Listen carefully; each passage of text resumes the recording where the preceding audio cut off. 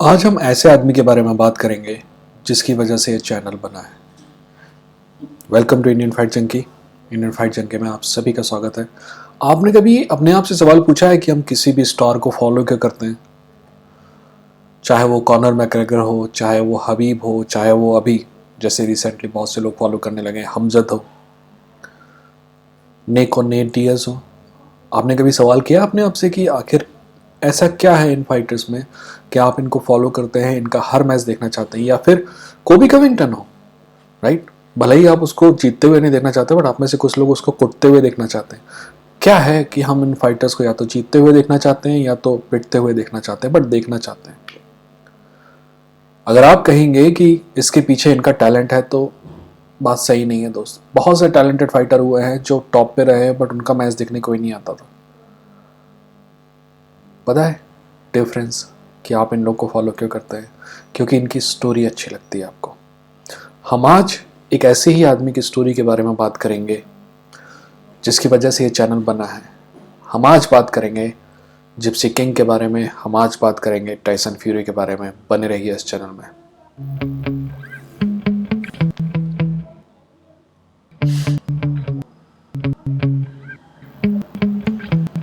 Yeah.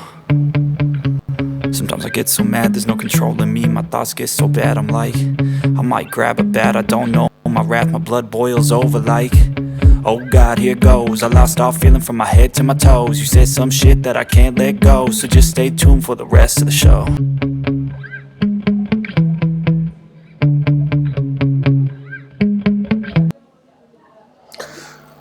अगर आप इस चैनल में पहली बार आए हैं या फिर आपने चैनल सब्सक्राइब नहीं किया है तो सब्सक्राइब करिए और बेल आइकन को क्लिक करिए। क्योंकि मैं जैसे कि पीछे थिगड़े लगा हुआ बैकग्राउंड है, माइक 150 रुपये वाला है, मेरी चेहरा चूतियों के जैसा है, ये सब मैं आपको नहीं दे सकता। बट इकलौती चीज़ जो मैं आपको दे सकता हूँ जिसकी गारंटी है वो नॉलेज। आप जब वीडियो देख के उठेंगे तो आप पे पहले से ज़्यादा नॉलेज होगा, इस बात की गारंटी अगर नहीं है तो अनसब्सक्राइब भी करिएगा और 4 गालियाँ भी देते जाइएगा, ठीक है? तो चलिए बात करते हैं टाइसन फ्यूरी की। पर टाइसन फ्यूरी की जिंदगी से स्टार्ट करें उससे पहले मैं आपको बता दूं कि आखिर जिप्सी किंग क्यों कहते हैं। ठीक है, जिप्सी पीपल जो हैं वो जगह जगह घूमते हैं, टेंट लगाते हैं, गाड़ियों में घूमते रहते हैं। ये हजारों साल से वैसे ही रहे, इसीलिए इन्हें जिप्सी कहते हैं, राइट। ब्रिटानिया जो है, कहने का मतलब है इवन नॉर्दर्न आयरलैंड और मेन आयरलैंड को भी मिला लें आप, वेल्स को भी मिला लें, इंग्लैंड को मिला लें, स्कॉटलैंड को मिला लें, ये जो ब्रिटानिया है इस एरिया में इन्हें जिप्सी कहा जाता है। वहीं अगर इससे थोड़ा ईस्ट में गए आप, यानी कि आप कहाँ पहुंच गए? आप पहुंच गए यूरोप में। यूरोप के भी थोड़ा ईस्ट में यूक्रेन, लिथुएनिया, रशिया, इनके आसपास के इलाकों में अगर जाएंगे तो इस तरह के लोगों को रोमानी पीपल कहते हैं। ठीक है, रोमानी पीपल पूरी दुनिया भर में फैले हुए हैं, बट हैं यहाँ से। फिर थोड़ा और ईस्ट में आएंगे और नीचे साउथ के साइड जाएंगे तो आपको इंडिया मिलेगा। इंडिया में इनको बंजारे कहते हैं, जिनसे आप परिचित होंगे, जो जगह जगह जाते हैं, हर शहर में अपनी दुकान लगाते हैं, कुछ दिनों तक रहते हैं और फिर आगे निकल जाते हैं। तो जिप्सी, रोमानी, बंजारे सब एक ही तरह के लोग हैं और इनके आपस में रिश्ते हैं पूरी दुनिया भर में, इनका अपना नेटवर्क है। और इसी कारण टाइसन फ्यूरी, क्योंकि वो जिप्सी परिवार से आता है, जिप्सी किंग कहलाता है। अब शुरुआत करते हैं टाइसन किंग के बचपन से। ठीक है, आपको पता है टाइसन फ्यूरी जब पैदा हुआ तो सिर्फ 6 महीने में पैदा हो गया था। 3 महीने प्रीमेच्योर था। उसका साइज कितना था? 1 हाथ के बराबर। हो सकता है कि उसके बाप का हाथ मेरे से थोड़ा बड़ा हो, पर इसके बराबर ही उसका साइज था। आपको पता है टाइसन फ्यूरी का वजन कितना था? 1 पाउंड। मैं एक बार फिर से बोलूंगा ताकि आप ध्यान से सुन लें। 1 पाउंड। मेरा वजन कितना था पता जब मैं पैदा हुआ था? 6 पाउंड। यानी कि पैदा होते समय मैं टाइसन फ्यूरी से ज़्यादा बड़ा था। वैसे तो ज़्यादा ही हो गया 6 पाउंड, है ना? मैं मोटा था कह ले देंगे आप। इतना छोटा सा बच्चा, इतने साइज का, 1 पाउंड का। डॉक्टर ने कहा कि ये 4-5 दिन जिंदा रहेगा। टाइसन फ्यूरी को उसके बाप जॉन फ्यूरी ने उठाया और बोला कि नहीं डॉक्टर, ये जो है ना, ये मेरे से भी ज़्यादा जिएगा। ये जो अभी 1 फुट का, 1 हाथ भर का जो बच्चा है ना, बित्ता भर का बच्चा जैसो कहते हैं, ये एक दिन 7 फुट का बनेगा और ये माइक टाइसन जैसा पावरफुल बनेगा। और तभी उसके बाप ने उसका नाम माइक टाइसन पे टाइसन फ्यूरी रखा। ठीक है। अब ये बच्चा स्ट्रगल किया क्योंकि इसका साइज जो है ना बचपन में हमेशा छोटा ही रहा, तो बुली होता रहा, लोग मजाक उड़ाते रहे, बट धीरे धीरे इसका साइज बढ़ना चालू हुआ। 7 साल की उम्र में ह्यूई फ्यूरी, जो जॉन फ्यूरी का भाई है, उसके साथ इसने ट्रेनिंग चालू की। अब आप बोलोगे कि बाप के साथ क्यों नहीं? वैसे इसका बाप भी प्रोफेशनल बॉक्सर था और बेयर नकल बॉक्सर था। बेयर नकल बोले तो बिना ग्लव्स के, आप सभी को पता है। अब जब ये ह्यूई फ्यूरी के साथ फाइटिंग करने मतलब ट्रेनिंग करने लगा, तो आप सोचोगे कि आखिर बाप के साथ ट्रेनिंग क्यों नहीं कर रहा था? बहुत सिंपल था, इसका बाप नहीं चाहता था कि ये बॉक्सर बने, और बोलता था कि तू मोटा है, गिड्डा सा है, छोटी हाइट का है, तू कभी बॉक्सर नहीं बन सकता। Tyson took that as a challenge, और धीरे धीरे ना सिर्फ वो बॉक्सिंग में बेहतर होते गया बल्कि एक से एक परफॉर्मेंस देता गया। एक समय ऐसा था जब उसको आयरलैंड की और इंग्लैंड की दोनों के ओलंपिक टीम के लिए कंसीडर किया गया। I don't know the reason कि why he was not chosen in 2008 Olympics. अब 2008 ओलंपिक्स में जब उसको नहीं लिया गया तो वो चाहता तो 4 साल और अमेचर रहता और 2012 के ओलंपिक्स की तैयारी करता, बट उसने बोला कि इतना टाइम नहीं है अपने पास, जिंदगी छोटी सी है। वो प्रोफेशनल बन गया 2008 में। वो लगातार फाइट जीतते रहा रीजनल सर्किट में, पहले वेल्स से स्टार्ट किया, स्कॉटलैंड में कुछ फाइट की, मेनलैंड इंग्लैंड में फाइट की। 2011 आते आते तक बहुत सारी फाइट जीत चुका था, पर कोई उसका नाम नहीं जानता था। तब उसने फाइट की डेरेक चिजोरा से। डेरेक चिजोरा जो है ना, दुनिया का सबसे बेहतरीन गेटकीपर है। इस फाइटर से अगर आप फाइट जीतते हो ना, तो ये बताता है कि आप वर्ल्ड लेवल के फाइटर हो, ठीक है। और अगर हारते हो तो बताता है कि आप चैंपियनशिप लेवल के लिए तैयार नहीं हो। तो डेरेक चिजोरा को इसने 2011 में हराया और फिर आगे बढ़ता गया और भी फाइट होती रही। एक बार फिर से ये डेरेक चिजोरा से फाइट की 2014 में, ठीक है। इसके बाद एक फाइट और की और उसके बाद उसको चांस मिला वर्ल्ड हैवीवेट चैंपियनशिप के लिए फाइट करने का। और फाइट किसके खिलाफ? व्लादिमीर क्लिचको के खिलाफ। व्लादिमीर क्लिचको लगभग 10 साल से राज कर रहा था वर्ल्ड हैवीवेट चैंपियनशिप में। WBC बेल्ट के अलावा सारे बेल्ट उसके पास थे, और WBC बेल्ट किसके पास था? उसके भाई के पास। आपको पता है विटाली क्लिचको 10 साल तक एक ऐसा एरा था जहां बोरिंग फाइट जरूर थी, बट विटाली के आसपास कोई भी नहीं आ रहा था, कोई भी नहीं। सिर्फ एक आदमी ऐसा माना जाता था जो Vitali Klitschko, I am sorry, Vladimir Klitschko की बात कर रहा हूं मैं।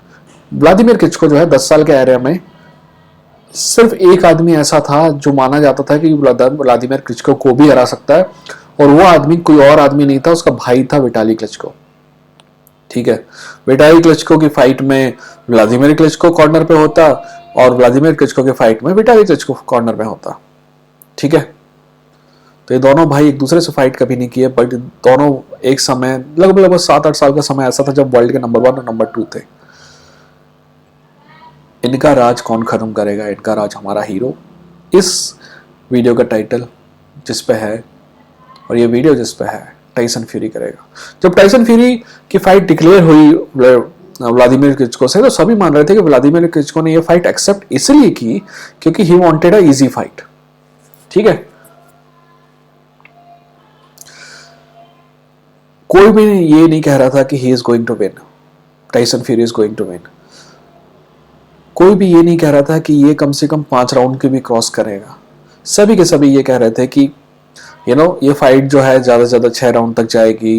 विटाली क्लिचको ना सिर्फ बेहतर फाइटर है, बॉक्सर है, बल्कि बेहतर पंचर है, यानी कि नॉकआउट करने की पावर भी उससे ज्यादा। और ये बात सच है, ये बात में स्ट्रगल किया है टाइसन फ्यूरी कि वो नॉकआउट उतने ज्यादा नॉकआउट नहीं है उसके रिकॉर्ड में जितने होने चाहिए, जितने एंथोनी जोशुआ या डियोंटे वाइल्डर के रिकॉर्ड में, ठीक है। अब ये सारा बोझ उस पर था, ये सारी एक्सपेक्टेशंस का बोझ व्लादिमीर क्लिचको पे था, और एक आदमी जिसको सब अंडर एस्टिमेट कर रहे थे उसको साबित करने का मौका था। टाइसन फ्यूरी ने 2015 में व्लादिमीर क्लिचको को हराया, और ऐसे वैसे नहीं हराया कि जहां पे क्लोज फाइट थी।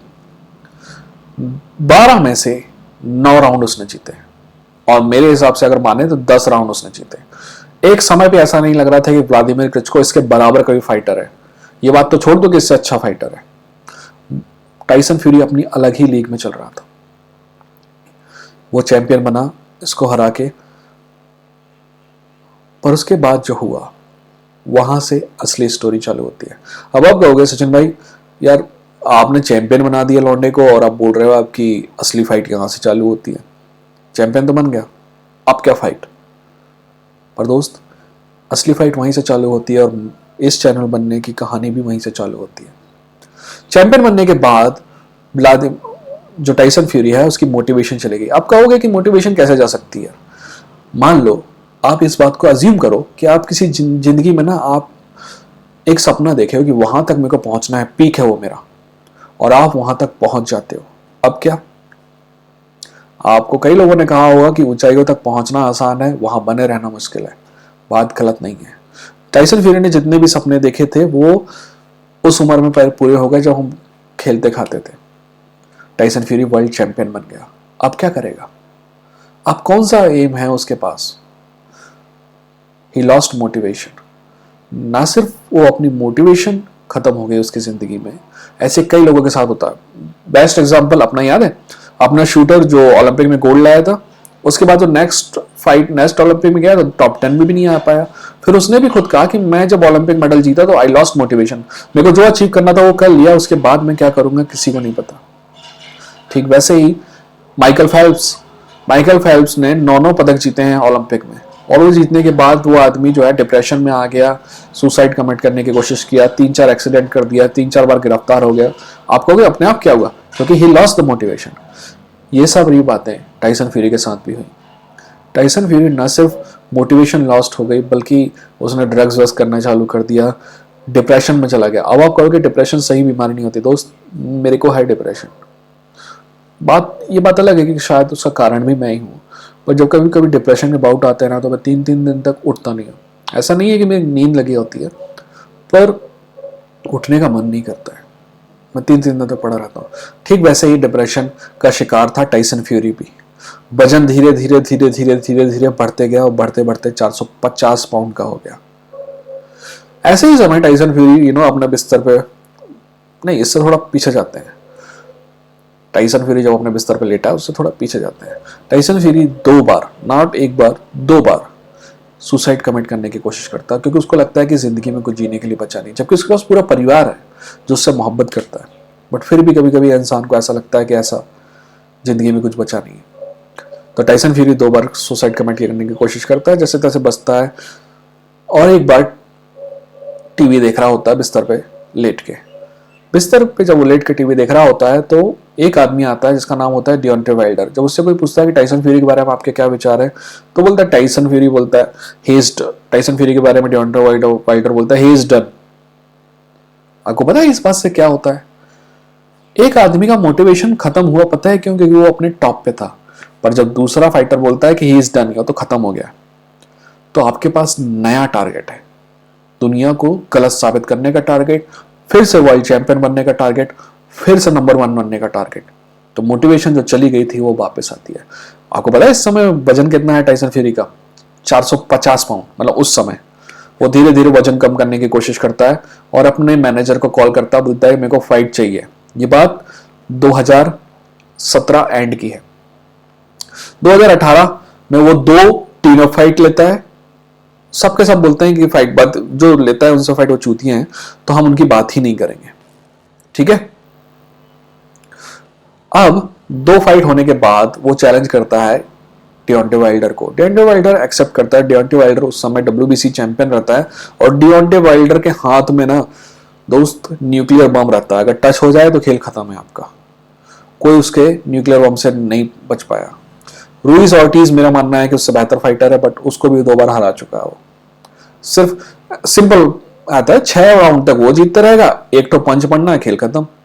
उसके पास इरेजर है, तो आप बिल्कुल जीतते रहोगे फाइट, बट जैसे ही उसका पंच पड़ेगा आप जमीन पर लेटे मिलोगे, खेल खत्म। सभी ये सोच रहे थे कि ऐसा ही इनकी फाइट में भी होगा, बट टाइसन फ्यूरी लोगों के लिए सरप्राइज लेके आया था। लोग ये कह रहे थे ना कि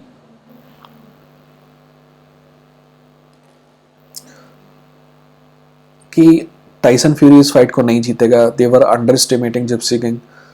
और तो और ये भी कह रहे थे कि टाइसन फ्यूरी ना 4-5 ज्यादा ज्यादा 3-4-5-6-7 राउंड तक ज्यादा ज्यादा चलेगा, उसके बाद वो नॉकआउट हो जाएगा। लोग गलत नहीं कह रहे थे। 7वें राउंड में नॉकआउट होता है टाइसन फ्यूरी, नॉकडाउन होता है, टाइसन फ्यूरी उठ जाता है। टाइसन फ्यूरी एक बार फिर 12th राउंड में नॉकडाउन होता है। टाइसन फ्यूरी फिर उठ जाता है अंडरटेकर के जैसे। आपको पता है वो फाइट क्या होती है? वो फाइट ड्रॉ होती है, बट मैं अगर देखा हूँ फाइट, और अगर आप चाहे जाके देख लेंगे आज भी, आप बोलेंगे कि टाइसन फ्यूरी वो फाइट जीता है, बट फाइट ड्रॉ होती है। न सिर्फ टाइसन फ्यूरी दुनिया को साबित करता है कि उसके पास दुनिया के सबसे बेहतरीन चिन्ह है, बल्कि ये भी साबित करता है कि वो अभी खत्म नहीं हुआ है, अभी पिक्चर बाकी है मेरे दोस्त। तो अब जहां पहले टाइसन फ्यूरी डियोंटे वाइल्डर के पीछे भाग रहा था कि भाई फाइट कर ले फाइट कर ले फाइट कर ले, अब डियोंटे वाइल्डर टाइसन फ्यूरी के पीछे भागता है कि भाई फाइट कर ले फाइट कर ले फाइट कर ले, क्योंकि टाइसन डियोंटे वाइल्डर को साबित करना है ना कि मैं इससे बेहतर फाइटर हूं। सेकंड फाइट होती है और इस बार टाइसन फ्यूरी पहले से 30 पाउंड भारी आता है। पहली फाइट में टाइसन फ्यूरी ने यह साबित किया कि वो उससे बेहतर बॉक्सर है। टाइसन फ्यूरी ना ऐसे मूव करता है जैसे कि कोई लाइट वेट या फेदर वेट मूव करता है। हैवी वेट इस तरीके से मूव नहीं करता जैसे कि टाइसन फ्यूरी मूव करता है। तो टाइसन फ्यूरी ने पहली फाइट में यह साबित किया था कि वो बेहतर फाइटर है, उसका मोमेंट बेहतर है। सेकंड फाइट में वो थोड़ा भारी आया, ठीक है, और इस बार वो हुआ जो डियोंटे वाइल्डर के करियर में पहले कभी नहीं हुआ। जहां सब उम्मीद कर रहे थे कि Tyson fury will be knocked out, मैं बता रहा हूं बड़े बड़े लोग कह रहे थे कि वो नहीं जीतेगा। इस बार भी बोल रहे थे कि टाइसन फ्यूरी नहीं जीतेगा, पर टाइसन फ्यूरी ने सबको गलत साबित करते हुए न सिर्फ नॉकडाउन नहीं हुआ इस बार, बल्कि 2 बार नॉकडाउन किया। किसको? डियोंटे वाइल्डर को। डियोंटे वाइल्डर को इतना डैमेज हुआ कि उसके कॉर्नर ने टॉवेल फेंक दिया। टॉवेल फेंकने के पीछे अपनी एक कंट्रोवर्सी है, उसके बारे में कभी बात करूंगा। खैर फिलहाल ये गेम खत्म हो गया, बट ये लोग जब फाइट करते हैं तो एक रीमैच क्लॉज होता है कि अगर हम हारते हैं तो हमारे पास चॉइस रहेगी कि हम रीमैच कर सकते हैं, ठीक है। पर कोई उम्मीद नहीं कर रहा था कि डियोंटे वाइल्डर रीमैच चाहेगा, क्योंकि वो निस्ते नाबूद हो चुका था उस फाइट में। तो टाइसन फ्यूरी आगे बढ़ जाता है, जोशुआ के साथ फाइट फिक्स होने वाली होती है। जोशुआ कहता है कि उसको इससे फाइट करनी है, टाइसन फ्यूरी कहता है कि उसको एंथनी जोशुआ से फाइट करनी है। दोनों की डील लगभग 170 मिलियन डॉलर की होती है, जहां पे 70 मिलियन डॉलर टाइसन फ्यूरी को मिलने वाले थे और 100 मिलियन डॉलर आपके जोशुआ को मिलने वाले थे। वही 30 मिलियन डॉलर विन बोनस था, जो भी जीतेगा उसको मिलने वाले थे। और ये सारी फाइट जो है सऊदी अरेबिया में होने वाली थी। सॉरी, बाहर जो हल्ला हो रहा है उसके लिए सॉरी। ये सब कुछ तय हो गया। फाइट के सिर्फ 2 महीने बचे थे। एकदम से अपना केस लेके आर्बिट्रेशन में पहुंच गया कौन? डियोंटे वाइल्डर। अब कहोगे कि आर्बिट्रेशन क्या होता है? देखो, हम अगर कॉन्ट्रैक्ट साइन कर रहे हैं और पहले से ही तय कर ले कि हम ये है ना कोर्ट नहीं जाएंगे, XYZ के पास जाएंगे, मान लो एक्स आदमी के पास जाएंगे, हम अपना केस रखेंगे उस आदमी के पास और उसका जो भी डिसीजन होगा हम एक्सेप्ट करेंगे, दैट इज आर्बिट्रेशन। आर्बिट्रेशन में दोनों गए और टाइसन फ्यूरी वहां केस हार गया। आर्बिट्रेशन ने डिसाइड किया कि तीसरी फाइट टाइसन फ्यूरी को करनी पड़ेगी। टाइसन फ्यूरी ने एक्सेप्ट किया। जोशुआ वाली फाइट जो है कचरे के डब्बे में चली गई। अब तीसरी फाइट की तैयारी चालू हुई। तीसरी फाइट की तैयारी के सिर्फ 1.5-2 महीने बाद ही टाइसन फ्यूरी को कोरोना हो गया, कोविड-19 हो गया और वो फाइट नहीं कर पाया। फाइट 3-4 महीने डिले हो गए। 3-4 महीने बाद वो फाइट फिर से फिक्स हुई और जब फाइट होने वाली थी उसके सिर्फ 8 या 9 दिन पहले उसकी वाइफ मरते मरते बची, वाइल शी वॉज प्रेग्नेंट और giving birth to a child, right. उसका बच्चा भी जैसे तैसे मर जाए बच्चा, तो वो वहीं पे था। फिर भी वो 1.5-2 वीक के कैंप में और उससे पहले 3 वीक के कैंप में जैसे तैसे तैयारी करके इस फाइट के लिए आया। और ये फाइट थी डियोंटे वाइल्डर वर्सेस टाइसन फ्यूरी 3। आपको पता है पिछले 20 साल की सबसे बेहतरीन हैवीवेट फाइट थी। पिछले 20 साल में काफी अच्छी फाइट हुई है, बट हैवीवेट में इसके मुकाबले की कोई फाइट नहीं हुई है। आपको याद है सेकंड फाइट में टाइसन फ्यूरी ने नॉकआउट किया था। इस बार भी पहले टाइसन फ्यूरी ने नॉकआउट किया डियोंटे वाइल्डर को, बट डियोंटे वाइल्डर भी मजबूत खिलाड़ी निकला।